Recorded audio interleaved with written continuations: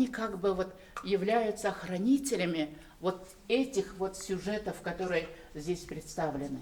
Понимаете, в этом отношении вот его очень такое тактичное, необычайное использование героических сюжетов. Вот у него совершенно свой особый язык, у него совершенно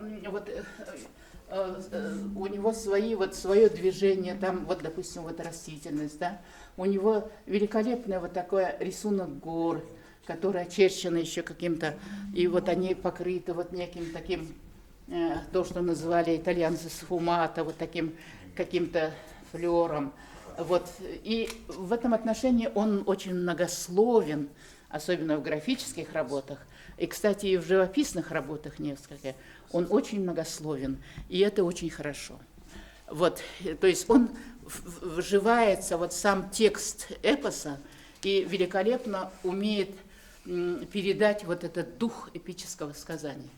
Вот, и, вот здесь вы видите работы Кызлассова, вот они вот здесь, вот хан представление. У Кызлассова другой язык, у него совершенно, то есть это совершенно разный подход художников, графиков, работавших в одно время, работающих и сейчас в одно время. Но, понимаете, у них совершенно вот другой, у каждого как бы свой мир.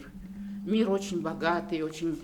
И что меня всегда привлекает вот в их работах, вот последняя серия, которая Кызлассов, это не здесь, там, по-моему, серия «Хомос». Вот он недавно совсем вот эту серию начинал работать над этой серией.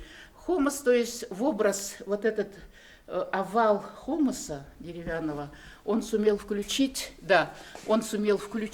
понимаете, вот содержание самого эпического сказания. То есть это очень оригинальный, очень интересный подход вообще ко всему этому. Он тоже очень интересен. Посмотрите, у него все имеет смысловую значимость. Вот у него движение еще более, даже, вот понимаете, оно более даже... наверное, ближе даже вот к тем древним каким-то истокам. И у него много символики. И при этом, при всем, вот графические работы художников, при всей разности их подхода, их языка графического, что их объединяет, это вот именно вот само эмоциональный настрой самого эпоса.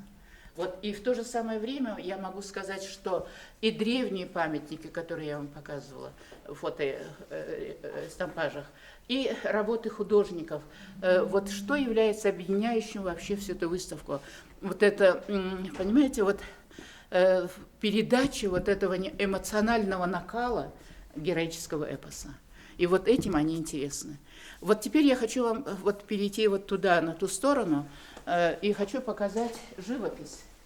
Вот живописные работы Виталия Кызлассова.